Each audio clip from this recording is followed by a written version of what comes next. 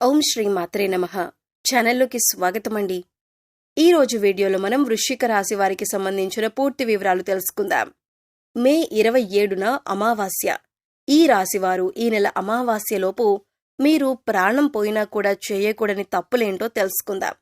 అయితే ఈ రాశివారు ఏ విషయంలో జాగ్రత్తగా ఉండాలి, ఈ సమయంలో ఏ తప్పులు అస్సలు చేయకూడదు అనే అంశాలను ఈ వీడియోలో మనం వివరంగా తెలుసుకుందాం.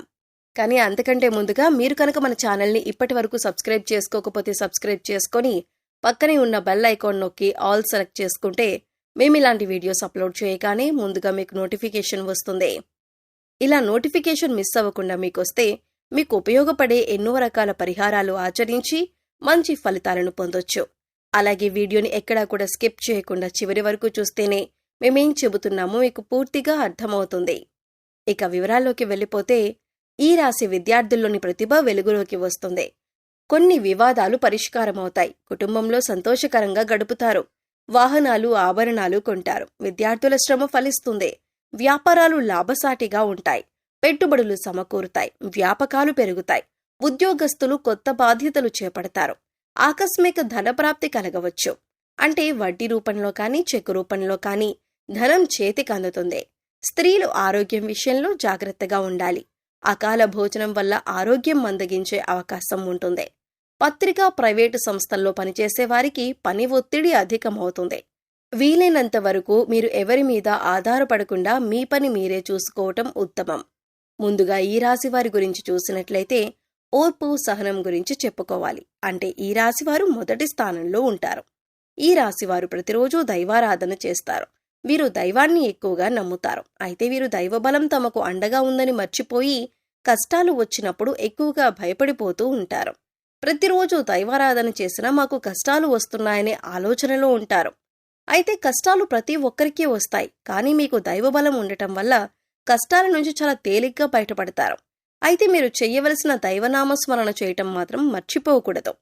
ఇక మీరు ముఖ్యంగా గుర్తుపెట్టుకోవాల్సిన మరొక విషయం ఏంటంటే ఎదుటి వ్యక్తిని గుడ్డిగా నమ్మకూడదు. ఏ అంశంలో తీసుకున్నా, అంటే మీరు కొత్తగా ఏదైనా పని చేయాలనుకున్నా, లేదా మీరు ఏదైనా నిర్ణయం తీసుకున్నా, కొత్తగా బిజినెస్ స్టార్ట్ చేద్దామనుకున్నా, ఇలా ఏ సందర్భంలోనైనా మీరు ఎదుటి వాళ్ళని నమ్మి మీ విషయాలన్నీ కూడా ముందుగా వారితో చెబుతూ ఉంటారు. ఇలా చేయటం వల్ల మీరు అనేక రకాల చిక్కులను కూడా కొని తెచ్చుకున్నవారవుతారు. కాబట్టి ఏదైనా పని పూర్తయిన తర్వాత మాత్రమే ఎదుటి వారితో చెప్పండి. ఇలా చేసినట్లయితే కనుక మీరు ప్రతి పనిలో కూడా విజయం సాధిస్తారు. అలాగే ముఖ్యంగా ఈ రాశివారు తమను తాము నమ్మాలి. అంటే మీ పైన మీకు విశ్వాసం అనేది పెరగాలి. ఇలా చేయటం వల్ల మీలో కాన్ఫిడెన్స్ పెరుగుతుంది. అప్పుడు నేను ఏ పనైనా చేయగలను అనే ధైర్యం మీకు వస్తుంది. ఎందుకంటే కొన్ని సందర్భాల్లో ఈ రాశివారు నేను చేస్తున్న పని అవుతుందో లేదో అనే ఆలోచనలో ఉంటారు. ఇక ఇటువంటి ఆలోచన వల్ల మీరు చేసే పనుల్లో తడబాటు ఏర్పడుతుంది. తప్పులు చేసేందుకు ఎక్కువ అవకాశాలు ఉంటాయి. అందుకోసం ఇటువంటి ఆలోచన మీకు అవసరం లేదు. ఎందుకంటే మీరు దైవారాధన చేస్తారు. దైవబలం మీకు అండగా ఉంటుంది. కాబట్టి మీపై మీరు నమ్మకాన్ని పెంచుకోండి. ఈ రాశి వారికి ప్రస్తుతం అనుకూలమైన రోజులుగా చెప్పుకోవచ్చు. మీరు ఏ పని చేపట్టినా కూడా విజయవంతంగా పూర్తి చేస్తారు. అయితే మీరు కొన్ని పనులను చేయకుండా ఉండటం వల్ల ఈ ఫలితాలు మరింత అనుకూలంగా మారి మీకు సత్ఫలితాలను తీసుకువస్తాయి. ముఖ్యంగా మీరు ఈ 5 తప్పులు చేయకుండా ఉంటే ఈ రోజుల్లో మీరు ఏ పని చేసినా కూడా దాంట్లో మీరు సక్సెస్ చూస్తారు. ఇక మీ విజయాన్ని చూసి మీకు మానసిక ఆనందం కలుగుతుంది. ఈ విజయం మీకు మాత్రమే కాదు, మిమ్మల్ని నమ్మిన వారికి, మీ శ్రేయోభిలాషులకి, మీ కుటుంబ సభ్యులకి కూడా ఆనందాన్ని కలిగిస్తుంది. ఇక మర్చిపోయి కనుక మీరు ఈ 5 పనులు చేశారంటే కనుక దరిద్రం మిమ్మల్ని వెంటాడుతుంది. అయితే ముఖ్యంగా మీరు చేయకూడని 5 పనులేంటో వివరంగా తెలుసుకుందాం. అందులో మొదటిగా చీకటి పడిన తర్వాత, ముఖ్యంగా దీపాలు పెట్టే వేళ అంటారు. ఈ సమయంలో ఎవరైనా పెరుగు అడిగితే వారికి పెరుగు ఇవ్వకూడదు. ఎందుకంటే చీకటి పడిన తర్వాత, అంటే దీపాలు పెట్టే సమయంలో పెరుగు ఇవ్వటం వల్ల దరిద్రం మిమ్మల్ని వెంటాడుతుంది. ఇక మరొక పని మీరు చేయకూడనిది ఏంటి అంటే ఇల్లు తుడిచే చీపురిని తొక్కటం కానీ, లేదా ఈ చీపురిని బీరువాకి ఆనించి పెట్టడం కానీ చేయకూడదు. చీపురిని మనం శుభ్రలక్ష్మీ దేవతగా భావిస్తాం. అలాగే ఇంట్లో ఉండే బీరువాను కూడా పరమపవిత్రంగా లక్ష్మీదేవిగా భావించి పసుపు రాసి బొట్టు పెడుతూ ఉంటాం. రెండింటినీ లక్ష్మీదేవిగా భావించినప్పటికీ కూడా చీపురును మాత్రం బీరువాకి తగలనివ్వకూడదు. అంటే బీరువాకి ఆనించి ఉంచకూడదు. కొంతమందిని చూసుకున్నట్లయితే చీపురిని బీరువా పక్కన పెడుతూ ఉంటారు. ఇది చాలా తప్పు. ఇలా చేయడం వల్ల కష్టాలను ఎదుర్కోవలసి వస్తుంది. ఇక మరొక పని మీరు చేయకూడని పని ఏంటంటే మీ వల్ల ఏ ఆడవారు కూడా కన్నీళ్లు పెట్టకుండా చూసుకోవాలి. అది మీకు తెలిసిన వారైనా, కుటుంబ సభ్యులైనా లేదా ఇతర ఏ స్త్రీలైనా సరే, మీ వల్ల స్త్రీలు కంటతడి పెట్టకుండా చూసుకోండి.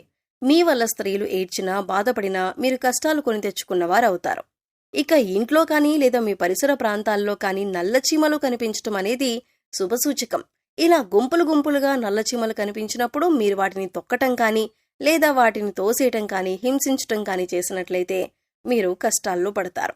మీరు చేసే ప్రతి పని కూడా పూర్తవ్వక ఇబ్బంది పడతారు. అంతేకాదు దీనివల్ల మీకు దరిద్రం కూడా వెంటాడుతుంది.